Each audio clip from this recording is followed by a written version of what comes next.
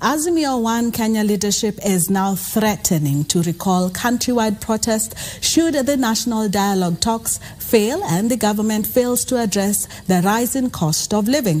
Narc Kenya party leaders have also accused Kenya Kwanza government of turning a deaf ear on challenges bedeviling the nation, ranging from high taxes and corruption. As Joseph Wakhungu reports, analysts are warning of the possibility of the country being plunged into anarchy following Azimios' fresh demands.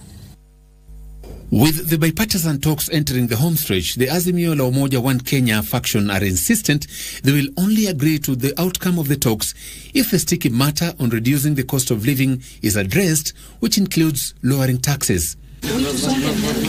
In a press briefing Thursday, Azimio co-principal Martha Karua claimed that Kenyans are suffering from high taxes. Among the demands is lowering of the tax levy of VAT from 16% to 8%. And scrapping the house levy. The cost of fuel, which is pushing the cost of living upwards. We want the additional tax of 8% removed with immediate effect. Karua threatened to rally Kenyans back to the streets to hold the government accountable if the dialogue talks fail. We have already talked about the cost of living. It's just to remind us sovereignty belongs to the people.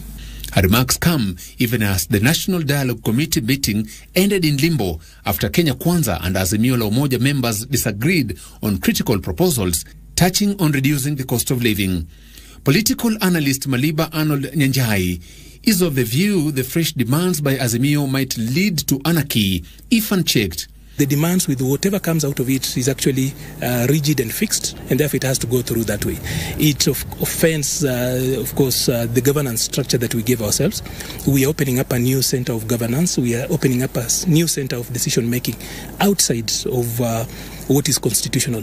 That in and of itself is actually extra-constitutional governance that they are bringing in, and it has no other better word than anarchy. Meanwhile, Azimio leader Raila Odinga has labelled the government-to-government oil deal with Gulf companies a grand scam.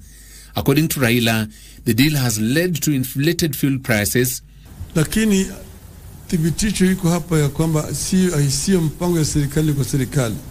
Serikali ya Kenya hajaweka mkataba na serikali ya Saudi Arabia au ya Emirates.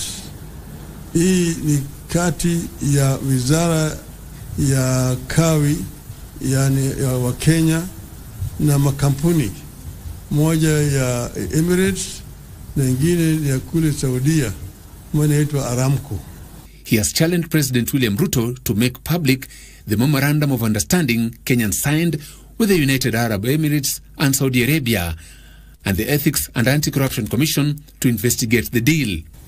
Why have things moved from bad to worse since the deal was signed? Well, the deal was a scam for which we now demand full disclosure and full accountability.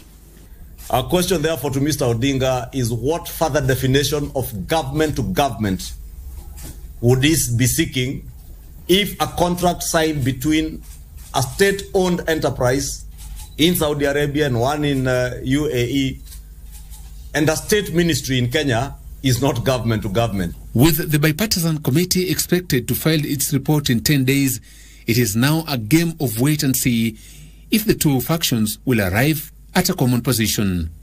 For Prime Edition, I'm Joseph Wakhungu.